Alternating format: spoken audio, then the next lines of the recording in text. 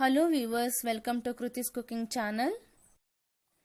ಇವತ್ತು ಈ ವಿಡಿಯೋ ಮೂಲಕ ನಿಮಗೆ ಅಕ್ಕಿ ತರಿ ಉಪ್ಪಿಟ್ಟು ಹೇಗೆ ಮಾಡೋದು ಅಂತ ನಾನು ತೋರಿಸ್ತಾ ಇದ್ದೀನಿ. ಹಾಗೆ ಹೊಸದಾಗಿ ನೋಡ್ತಾ ಇರೋ ಅಂತ ನನ್ನ ರೆಸಿಪಿ ವಿಡಿಯೋಸ್ನ ನೀವಿನ್ನು ನನ್ನ ಚಾನಲ್ಗೆ ಸಬ್ಸ್ಕ್ರೈಬ್ ಆಗಿಲ್ಲ ಅಂದರೆ ಪ್ಲೀಸ್ ಸಬ್ಸ್ಕ್ರೈಬ್ ಬಟನ್ನ ಕ್ಲಿಕ್ ಮಾಡಿ. ಹಾಗೆ ವಿಡಿಯೋ ಇಷ್ಟ ಆದರೆ ಲೈಕ್ ಮಾಡಿ, ಶೇರ್ ಮಾಡಿ. ಮೊದಲಿಗೆ ನಾನು ಇಲ್ಲೊಂದು ಬಾಣಲಿ ಬಿಸಿಗೆ ಇಟ್ಟಿದ್ದೀನಿ. ಹಾಗೆ ನಾನು ಅಕ್ಕಿ ತರಿ ತೊಗೊಂಡಿದ್ದೀನಿ, ಹೊರಗಡೆ ಸ್ಟೋರ್ಸಲ್ಲಿ ಸಿಗುತ್ತೆ, ಅದು ನಾನು ತೊಗೊಂಡಿದ್ದೀನಿ. ಮನೆಯಲ್ಲೂ ಸಹ ಮಾಡ್ಕೊಂಡಿರೋರು ಉಪಯೋಗಿಸ್ಕೋಬೋದು ಅಕ್ಕಿ ತರಿನ. ಈ ರೀತಿ ಉಪ್ಪಿಟ್ಟು ಮಾಡಿಕೊಂಡು ನಾನು ಈ ಕಪ್ನಲ್ಲಿ 1 ಕಪ್ನಷ್ಟು ಅಕ್ಕಿ ತರಿ ಹಾಕೊಳ್ತಾ ಇದ್ದೀನಿ ಬಾಣಲಿಗೆ. ಈ ಅಕ್ಕಿ ತರಿನ ಒಂದು 5 ರಿಂದ 10 ನಿಮಿಷದವರೆಗೂ ಮೀಡಿಯಂ ಫ್ಲೇಮಲ್ಲಿ ಸ್ವಲ್ಪ ಹುರ್ಕೋಬೇಕಾಗುತ್ತೆ. ಸ್ವಲ್ಪ ಕೆಂಪಗಾಗೋವರೆಗೂ ಹುರ್ಕೊಂಡ್ರೆ ಸಾಕಾಗುತ್ತೆ. ತುಪ್ಪ ಬೇಕಾದರೂ ಹಾಕೋಬೋದು, ಇದು ಹುರಿಬೇಕಾದ್ರೆ. ನಾನಿಲ್ಲ ತುಪ್ಪ ಆ್ಯಡ್ ಮಾಡಿಲ್ಲ, ಬೇಕಾದವರು ಇಷ್ಟಪಡೋರು ತುಪ್ಪ ಹಾಕೋಬೋದು. ಅಕ್ಕಿ ತರಿ ಹುರಿಬೇಕಾದ್ರೆ ಈ ರೀತಿ ಕೈ ಆಡ್ತಾನೆ ಇರಬೇಕು. ಅಕ್ಕಿ ಸ್ವಲ್ಪ ಬೇಗ ಸೀದೋಗ್ಬಿಡುತ್ತೆ. ಸೊ ಹಾಗಾಗಿ ಈ ರೀತಿ ಕೈ ಆಡ್ತಾನೆ ಸ್ವಲ್ಪ ಹುರ್ಕೊಳ್ಳಿ ಮೀಡಿಯಂ ಫ್ಲೇಮಲ್ಲಿ. ಕೆಲವರು ಅಕ್ಕಿ ತರಿಗೆ ಅಕ್ಕಿ ರವೆ ಅಂತಲೂ ಸಹ ಕರೀತಾರೆ.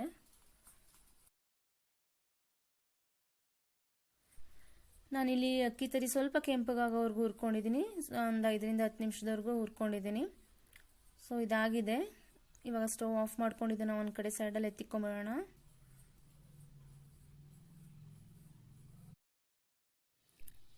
ಹಾಗೆ ನಾನು ಇಲ್ಲಿ ಇನ್ನೊಂದು ದೊಡ್ಡ ಬಾಣಲಿನಲ್ಲಿ ಒಂದು 2 ರಿಂದ 3 ಟೇಬಲ್ ಸ್ಪೂನ್ ಅಷ್ಟು ಎಣ್ಣೆ ಬಿಸಿಗಿಟ್ಟಿದ್ದೀನಿ. ಇದು ಕಾದ ನಂತರ ಒಗ್ಗರಣೆಗೆ ಇಂಗು, ಸಾಸಿವೆ, ಜೀರಿಗೆ, ಕಡಲೆಬೇಳೆ, ಉದ್ದಿನಬೇಳೆ ಹಾಕ್ಕೊಳ್ತಾ ಇದ್ದೀನಿ.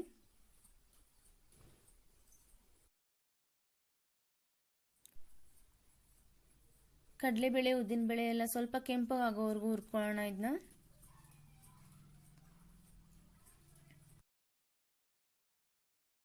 ಕಡಲೆಬೇಳೆ, ಉದ್ದಿನಬೇಳೆ ಕೆಂಪಾದ ನಂತರ ನಾನಿಲ್ಲಿ ಸ್ವಲ್ಪ ಕರಿಬೇವಿನ ಎಲೆಗಳು ಹಾಗೆ 1 ಒಣಮೆಣಸಿನಕಾಯಿ ಹಾಕ್ಕೊಳ್ತಾ ಇದ್ದೀನಿ.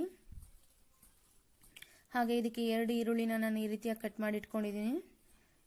ಅದನ್ನ ಒಗ್ಗರಣೆ ಒಳಗಡೆ ಹಾಕ್ಕೊಂಡು ಸ್ವಲ್ಪ ಹೊತ್ತು ಫ್ರೈ ಮಾಡ್ಕೊಳ್ತೀನಿ. ಹಾಗೆ ಇದಕ್ಕೆ ಸ್ವಲ್ಪ ಉಪ್ಪು ಆ್ಯಡ್ ಮಾಡ್ತಾ ಇದ್ದೀನಿ. ಸೊ ಎಲ್ಲ ಒಂದ್ಸಲಿ ಚೆನ್ನಾಗಿ ಮಿಕ್ಸ್ ಮಾಡ್ಕೊಳ್ಳೋಣ.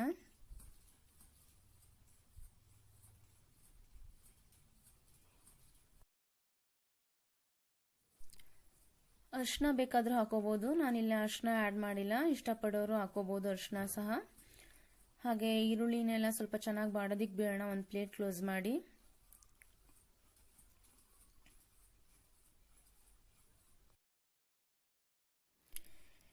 ಈರುಳ್ಳಿ ಬಾಡೋ ಅಷ್ಟರಲ್ಲಿ ನಾನಿಲ್ಲಿ ಮಿಕ್ಸಿ ಜಾರ್ಗೆ ನಾನು ಒಂದು 2 ಟೇಬಲ್ ಸ್ಪೂನ್ ಅಷ್ಟು ಕಾಯಿ ತುರಿ ಹಾಕೊಂಡಿದ್ದೀನಿ, ಫ್ರೆಶ್ ಕಾಯಿ ತುರಿ.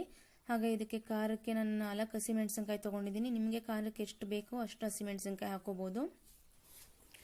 ಇದನ್ನ ಇವಾಗ ನೀರು ಹಾಕದೆ ನಾನಿಲ್ಲಿ ತರ್ತರಿಯಾಗಿ ರುಬ್ಕೊಳ್ತೀನಿ. ನಾನಿಲ್ಲಿ ಈ ರೀತಿಯಾಗಿ ತರ್ತರಿಯಾಗಿ ರುಬ್ಬಿಟ್ಕೊಂಡಿದ್ದೀನಿ. ಇಷ್ಟು ತರ್ತರಿ ಆದರೆ ಸಾಕು. ಆ ಮೆಣಸಿನಕಾಯಿ ಎಲ್ಲ ಸ್ವಲ್ಪ ನುಣ್ಣಗೆ, ಸ್ವಲ್ಪ ಎಲ್ಲ ಪುಡಿ ಪುಡಿ ಆದರೆ ಸಾಕಾಗುತ್ತೆ. ತುಂಬ ನುಣ್ಣಗೇನು ಇದು ಮಾಡ್ಕೊಳ್ಳೋಕೆ ಹೋಗಬೇಡಿ.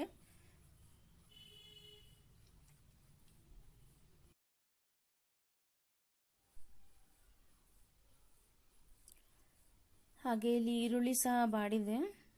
ಒಂದು 5 ರಿಂದ 10 ನಿಮಿಷದವರೆಗೂ ನಾನು ಚೆನ್ನಾಗಿ ಬಾಡಿಸ್ಕೊಂಡಿದ್ದೀನಿ ಒಂದು ಮೀಡಿಯಂ ಫ್ಲೇಮಲ್ಲಿ. ಈರುಳ್ಳಿ ಬಾಡಿದ ನಂತರನೇ ನಾವೇನು ಮಿಕ್ಸಿನಲ್ಲಿ ತರ್ತರಿಯಾಗಿ ಪುಡಿ ಮಾಡ್ಕೊಂಡಿದ್ವಿ ಅದನ್ನ ಹಾಕ್ಕೊಳ್ಳೋಣ.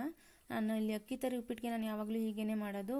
ಕಾಯಿ ತುರಿ ಹಾಗೂ ಹಸಿಮೆಣಸಿನಕಾಯಿನ ತರ್ತರಿಯಾಗಿ ರುಬ್ಬಿನೇ ಹಾಕ್ತೀನಿ. ಸೊ ಇದೇ ಒಂಥರ ಟೇಸ್ಟ್ ಚೆನ್ನಾಗಿ ಕೊಡುತ್ತೆ. ಸೊ ಹಾಗಾಗಿ ಈ ರೀತಿನೇ ನಾನು ಹಾಕ್ಕೊಳ್ತೀನಿ.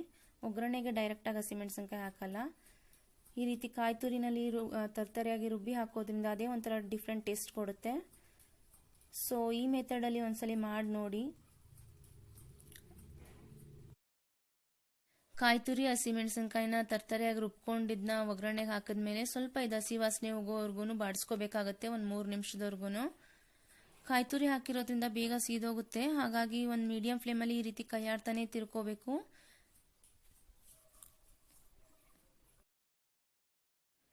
ನಾನಿಲ್ಲಿ 2 ರಿಂದ 3 ನಿಮಿಷದವರೆಗೂ ನಾನು ಚೆನ್ನಾಗಿ ಬಾಡಿಸ್ಕೊಂಡಿದ್ದೀನಿ. ಇದು ಹಸಿ ವಾಸನೆ ಕೂಡ ಚೆನ್ನಾಗಿ ಹೋಗಿದೆ.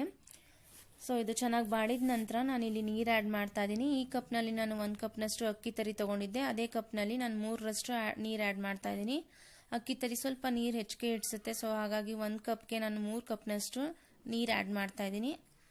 ನೀವೇನಾದರೂ ಅಕ್ಕಿ ತರಿ ಉಪ್ಪಿಟ್ಟಿಗೆ ತರಕಾರಿ ಏನಾದ್ರು ಒಗ್ಗರಣೆಗೆ ಹಾಕೊಳ್ಳೋದಾದರೆ ಇನ್ನೂ 1 ಕಪ್ನಷ್ಟು ನೀರು ಹೆಚ್ಚಿಗೆ ಹಾಕೋಬೇಕಾಗುತ್ತೆ.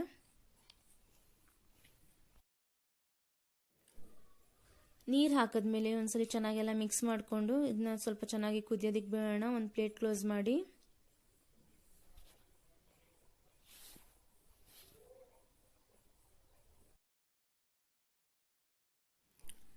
ಇದು ಕುದಿಯೋದಕ್ಕೆ ಸ್ಟಾರ್ಟ್ ಆಗಿದೆ.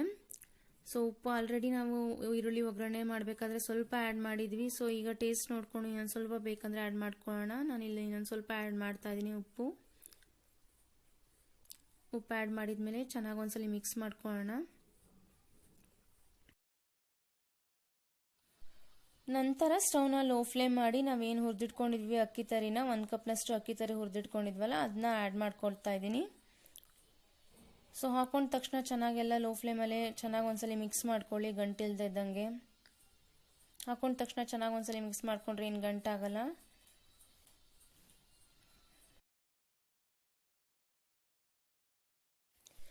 ನಾನಿಲ್ಲಿ ಎಲ್ಲ ಚೆನ್ನಾಗಿ ಗಂಟು ಇಲ್ದೇ ಇದ್ದ ಹಾಗೆ ಚೆನ್ನಾಗೆಲ್ಲ ಮಿಕ್ಸ್ ಮಾಡ್ಕೊಂಡಿದ್ದೀನಿ.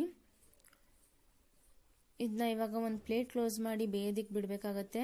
ಒಂದು 15 ನಿಮಿಷದವರೆಗಾದ್ರೂ ಬೇಯೋದಕ್ಕೆ ಬಿಡಬೇಕು. ಈ ಪ್ರೋಸೆಸ್ನ ಅಷ್ಟೇ ಲೋ ಫ್ಲೇಮಲ್ಲೇ ಕಂಟಿನ್ಯೂ ಮಾಡಿ. ಇದನ್ನ ಒಂದು 5 ನಿಮಿಷ ಆದಮೇಲೆ ಪ್ಲೇಟ್ ಓಪನ್ ಮಾಡಿ ಒಂದ್ಸಲಿ ಚೆನ್ನಾಗಿ ಕೈ ಆಡಿ. ಸೊ ಸ್ವಲ್ಪ ಬೆಂದಿರುತ್ತೆ, ಇನ್ನೂ ಒಂದು 10 ನಿಮಿಷದವರೆಗೂ ಚೆನ್ನಾಗಿ ಬೇಯಬೇಕಾಗುತ್ತೆ ಅಕ್ಕಿ ತರಿ. ಸೊ ಒಂದ್ಸಲಿ ಎಲ್ಲ ಚೆನ್ನಾಗಿ ಮಿಕ್ಸ್ ಮಾಡ್ಕೊಳ್ಳಿ. ಮತ್ತೆ ಒಂದು 10 ನಿಮಿಷದವರೆಗೂ ಮತ್ತೆ ಪ್ಲೇಟ್ ಕ್ಲೋಸ್ ಮಾಡಿ ಬೇಯೋದಕ್ಕೆ ಬಿಡೋಣ. ಒಂದು 10ರಿಂದ 15 ನಿಮಿಷದವರೆಗೂ ಚೆನ್ನಾಗಿ ಬೆಂದ ನಂತರ ಪ್ಲೇಟ್ ಓಪನ್ ಮಾಡಿ ಎಲ್ಲ ಒಂದ್ಸಲಿ ಮಿಕ್ಸ್ ಮಾಡ್ಕೊಳ್ಳಿ. ಸೊ ಇಲ್ಲಿ ಅಕ್ಕಿ ತರಿನೂ ಸಹ ಚೆನ್ನಾಗಿ ಬೆಂದಿದೆ, ಹಾಗೆ ನೀರು ಎಲ್ಲ ಚೆನ್ನಾಗಿ ಹಿಂಗಿದೆ. ನೀವು ನೋಡ್ತಾ ಇರ್ಬೋದು ಉದ್ರಾಗೂ ಚೆನ್ನಾಗಿ ಬಂದಿದೆ ಅಕ್ಕಿ ತರಿ ಉಪ್ಪಿಟ್ಟು. ಸೊ 1 ಲೋಟ ಅಕ್ಕಿ ತರಿಗೆ 3 ಲೋಟ ನೀರು ಸರಿಯಾಗುತ್ತೆ. ಸೊ ಇದಕ್ಕೆ ಲಾಸ್ಟಲ್ಲಿ ನಾನು ಕಟ್ ಮಾಡಿರೋಂಥ ಕೊತ್ತಂಬರಿ ಸೊಪ್ಪು ಹಾಕೊಳ್ತಾ ಇದ್ದೀನಿ. ಹಾಕ್ಕೊಂಡು ಒಂದ್ಸಲಿ ಎಲ್ಲ ಚೆನ್ನಾಗಿ ಮಿಕ್ಸ್ ಮಾಡ್ಕೊಳ್ಳಿ.